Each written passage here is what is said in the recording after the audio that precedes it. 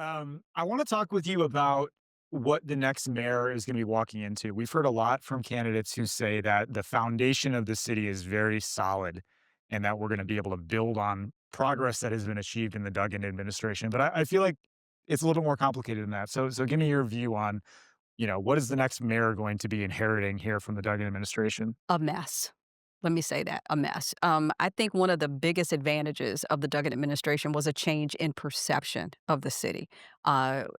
Mike Duggan, the first white mayor that the city has had in over 40 years, gave everybody externally who would be very critical of the city a comfort level, like, oh, let me go check it out, let me see. And that turned into a let me buy into the narrative. The media changed. I never saw the media so, I'm going to call it cooperative Mm. for this administration than any administration in the past. But we have seen the benefit of a very effective marketing campaign around the city of Detroit, which is good, but which is also bad because, excuse me, you were saying, excuse me, some of the candidates are expecting to come in and be able to build on a solid platform, but that platform doesn't exist. We've got pension obligation payments, sure, Duggan, kicked them down the road, but they're still coming due. We have no new residents in the city. He said that he built the population, increased it by 1,500, but we lost somewhere between 50 and 80,000. I'm no mathematician, but that doesn't represent an increase. We are not going to enjoy the level of infusion of federal dollars that Mhm. Duggan administration experienced, and we have no new tax revenue. We have no new revenue, no new tax base in the city. So where are we going from here? Those are going to be to me crucial things: attract and retain residents, new businesses, and new revenue in the city. Tell me about the potential threat of the pension obligation, when it comes to the financial health of the city. I have spoken with a few people who say that we're on track to be worse off than we were when we filed for bankruptcy. In what way? Just in terms of not having the money. Michigan Cap did a story not too long ago and talked about, I mean, they actually broke it down and talked about how we're in debt about $1,600 per resident. And so, I mean, you can't you run it like you run your home. You can't pay bills if you don't have income. Mhm.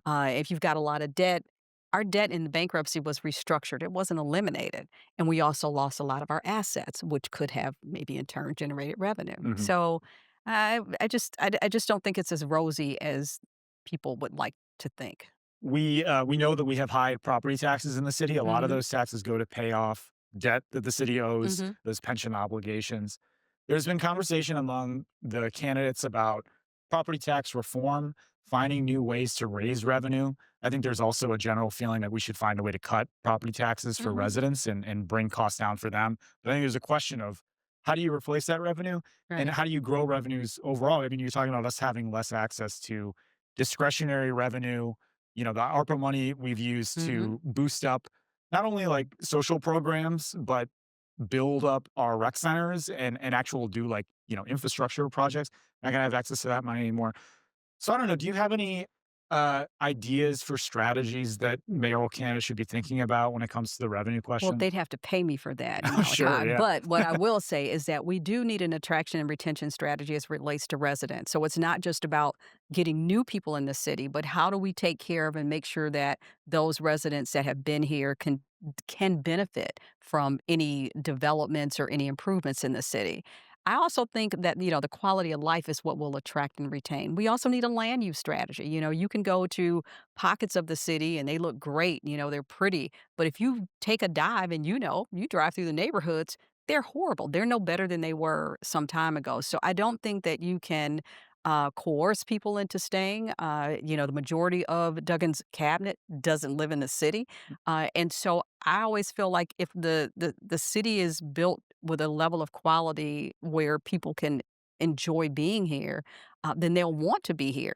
Education is an issue. Crime is still an issue. They say, oh, well, crime is down the lowest since the 60s. Well, so is the population. So statistically, it works out that way. But, people that are in the neighborhoods, and if you watch the news, you only get a thumbnail of it. But crime is still a real issue. This is still an urban city with a lot of problems. And I think it would be disingenuous for candidates to pretend that we're in the land of Oz because we're not. Yeah.